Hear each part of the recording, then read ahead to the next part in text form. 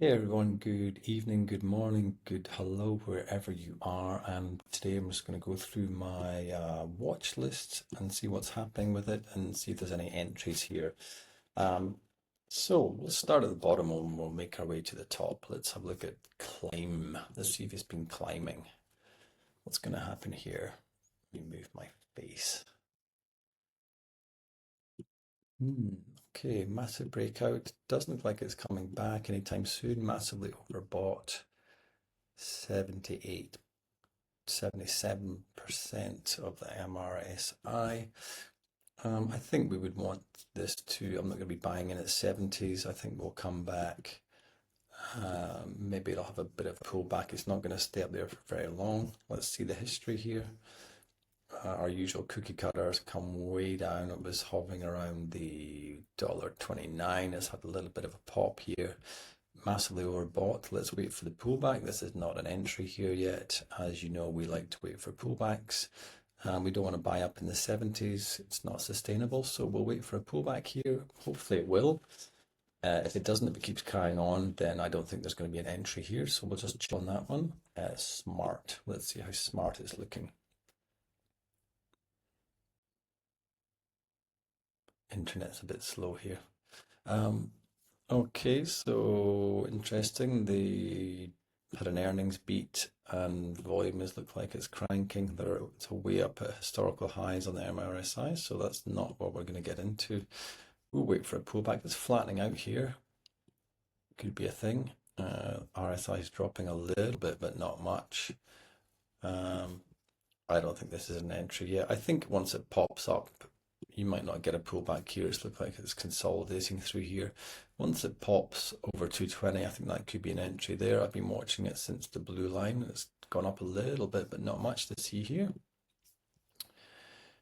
ACRE, I'm actually into this trade. Let's have a quick peek. I got into this a few days ago and it's currently sitting around. Let's just jump into, okay, nothing happening there. 0.7 down. I think this is a super interesting trade.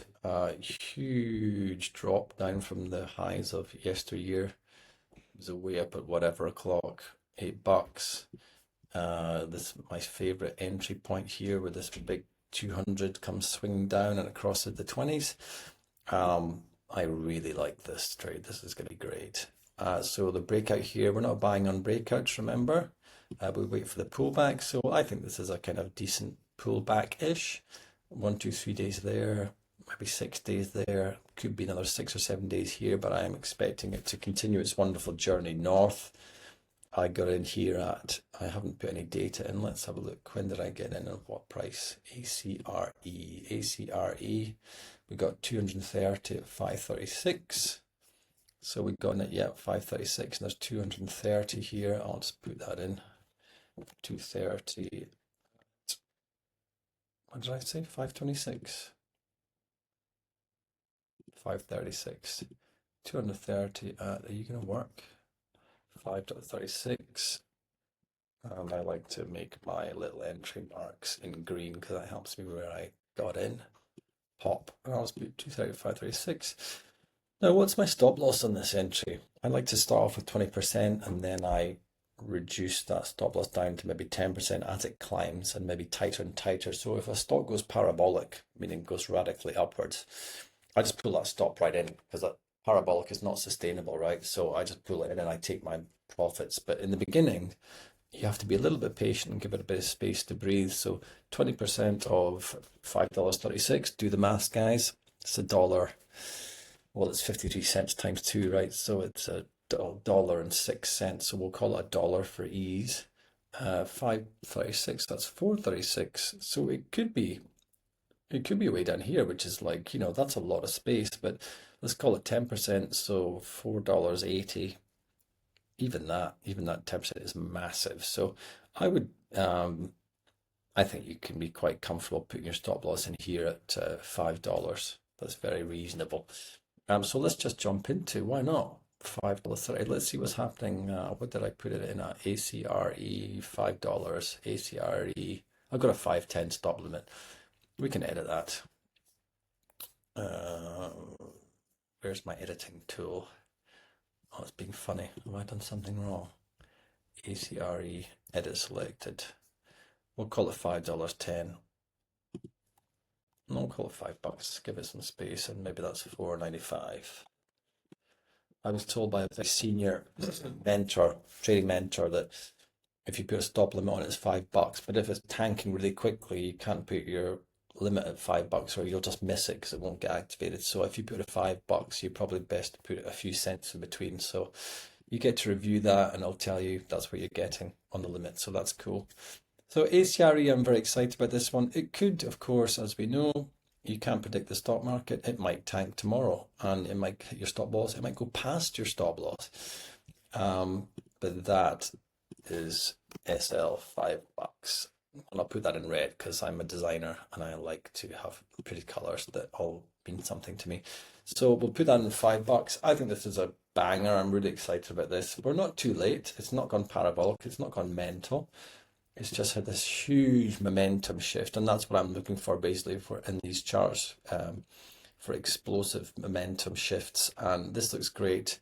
They had a big pop on earnings, only 1,000% over the earnings beat, and that's moved them into sort of up, consolidate, and up, consolidate. So I'm expecting more of this.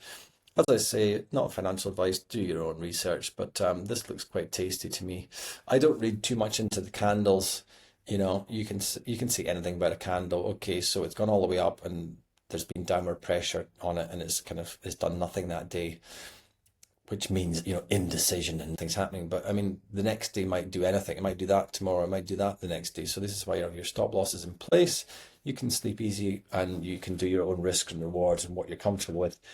I usually do, I'd say 20%, but that would put it way down here and it kind of seems ridiculous. So where was last support, it's kind of around here and I'm comfortable with losing 30 cents on this. I've only put it in as a position of how much ACRE is, like $1,000. And if it starts to behave like I think it will, which will mean it will pop above that in maybe, you know, 4 or 5 days or something, then I will put in the full batch, which is 3% of my entire folio, which is 80 grand. So that'll be $2,400. So I'll add another $1,200 to the position and I'll watch it run up all the way up. And as it runs up, I will manually move my stops because I don't like trailing stops because it's so arbitrary and random, but I like to move it up with support. So if it pops up above this, then I'll probably move the stop loss up to kind of around here. And if it breaks below that, that's pretty bad. So that one's looking really tasty. I like this a lot. And so that's on the watch list, but it's really not on the watch list at all. It's just in my folio. So ACRE, I'll take it off the watch list because it's been moved into the folio. Anro. I got into this and got out far too early. What a stupid thing to do. But anyway, you live and you learn. So Anro, I don't actually remember what happened here. I got in on the breakout. And did I make any money on it? I don't even know. I bought the very, very toppest of the tops, which was so stupid in hindsight. You know, I've updated my trading techniques since then. I get in on the pullbacks. But I bought 337 at 710. And a 20% loss would be $1.40, so that would have been 610, 580. Yeah, I think I would have got stopped out on this, but it would have been ridiculously awful. And lo and behold, 354. I'm looking up here, 354K volume, and then only 17 million times $7. What is that? That's like $100 million someone dropped on it a few days later, and lo and behold, what's happened is just gone from strength to strength. And I put a note in here, buy the next red day, but let's face it, that's not really a red day, is it? That's just on an absolute tear. And what's the RSI doing? It's way up at 77. So I wouldn't buy in here. It's going to have a pullback at some point, and if it doesn't, you know, it's just going to the moon. This is kind of gone parabolic, so I don't really want to be getting into that. It's a stupid time to buy. Buy the next red day. What I really mean is buy the dip. Okay, BTD, buy the dip, because it will come back down. What are we looking at here? When it's had its dips, it's gone way down to 60. It's nice to buy in the 60s, let's face it. Let's buy in the 50s and the 60s. I'm not going to buy up here. it's a waste of money and you're going to get shafted. So we'll hang on to that one. Alto should have bought on the dip here as per my cookie cutter approach now, and that's gone. So I'll keep watching that one. BNR, this is a great stock. What an absolute banger. Should have been in this years ago, but I didn't. Again, huge momentum shift. If I pull out a little bit, you know, it was come from the moon, it's come back down with a crunch. And this is what I'm talking about, you know, on the initial breakouts with these momentum shifts. I mean, they've been beating earnings all the way through, but something somewhere has changed. Somebody knows something. We're following the money, right? That's what we do here. And the first breakout and the first pullback, that's where you want to get in, right? I mean, it's done nothing for what, August, September, October. So you have to be patient. You know, do you want to have a small percent of your portfolio in here all that time? Maybe that's the buy signal there. Anyway, I said buy the dip to myself here back in the 22nd of August. There wasn't really a dip. Maybe that was the buy. And it's just gone from strength to strength. I don't know what I was doing, why I didn't get into this. And I put a note into myself, no, the software's a bit buggy, just disappears sometime. No, really buy the dip. And I still didn't buy here. So I'm kicking myself for being a douche, but I'll put in another watch line here and I'll put in a new text and I'll just say, no, really, buy the dip here. And maybe this time I'll have the sense to actually buy it when it pulls back. It's not trading it. It's in the 60s. It's not a bad time to buy, but you know, I'm not going to miss it the next time. I'll be in by 23 bucks, that's for sure, I hope.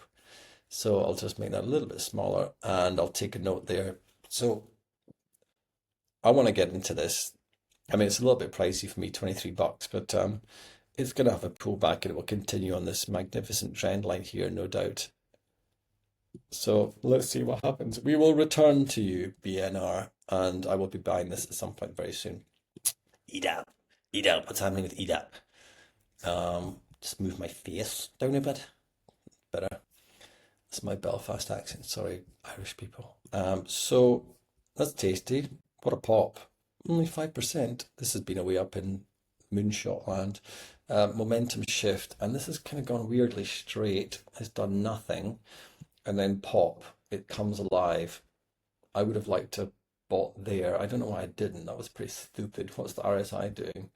It's climbing, climbing, climbing. It's on its way, I'm sure. An exploratory purchase of 1%, quite possibly. I quite like this, and the breakout is real, and it's had that sort of confirmation. It's done its breakout, it's come back, it's found support, and it's popped. I like this, and I think the next time we talk, I may well be in this. EDAP, it's quite tasty. I think that's quite a good time to buy. It's had its big, long, flat consolidation of bore, and what previously was resistance has now become support, methinks. What's kind of there. I like this. I like it a lot. It could be getting into EDAP, so that might be a thing. EDAP is interesting. Ella under my umbrella. Let's have a look at Ella and see what's going on. How do I find these?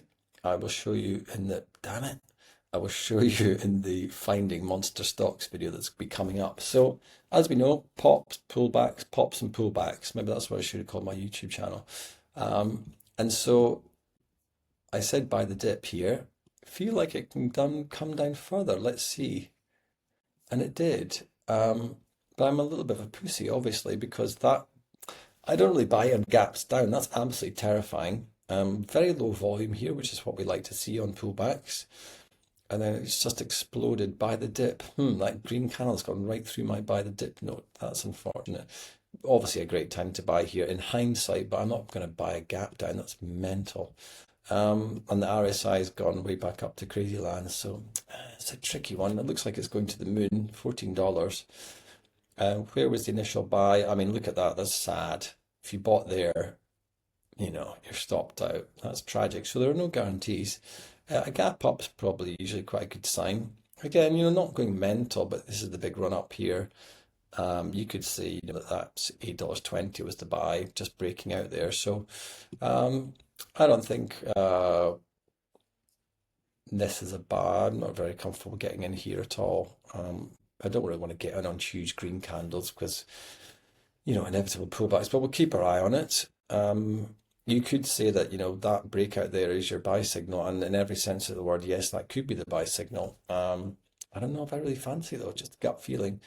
And fold is utterly obscene. Wait till you see this. So this is just something I've been watching for the last few weeks, and I mean, my God, look at this obscenity. An 88% beat, and it's gone parabolic into the 90s. So I think I'm out on this one. I think it's just gone too high too soon, and who knows what it's going to do. It could go up, it could go down, it could collapse. I'm not really going to buy gap ups like that. That's what percentage is that? It's a great buggy software. It's like a 33% jump. Yeah, I'm not going to get into that. It might go to the moon, it might collapse. That's just a bit dodgy. What's the news on that? Let's see what happened. 18th December. A definitive cash acquisition. So they're being bought out. So these wacky things happen. I could have bought a dip. That might have been the buy signal there, but who knows? So that's the wrap. Only a 33% jump. I think there's some tasty stuff in here. I'm liking EDAP, and I'm not sure about Ella.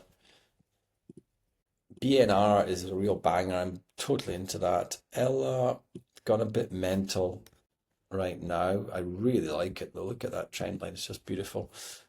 Might get into that, but I think EDAP really might be the way to go. Quite fancying EDAP. Take your time, mate. Okay. So this is nice. I'm really liking this. I mean, trading is a slow burn. You have to invest. And the thing about trading is, stocks only go up, down, or consolidate.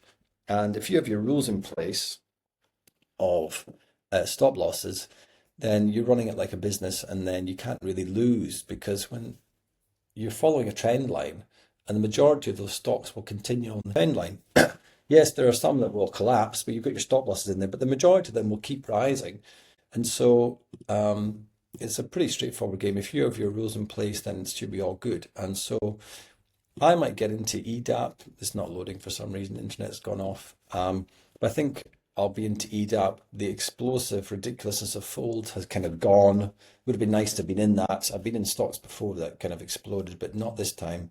And I don't know how many stocks there is in the New York Stock Exchange, but in the New York Stock Exchange, there are opportunities every single day, and there's so many companies blowing up and going higher and higher. So opportunities everywhere. My next video will be hunting monster stocks, and I'll show you how you do that in this bit of software. I might add a couple to the watch list. But there you go. Fold exploding, missed that one. I think these are all looking really, really good, and we'll continue to be hunting breakouts and waiting for breakouts and finding breakouts. See you soon. Peace and love, and keep waiting for breakouts.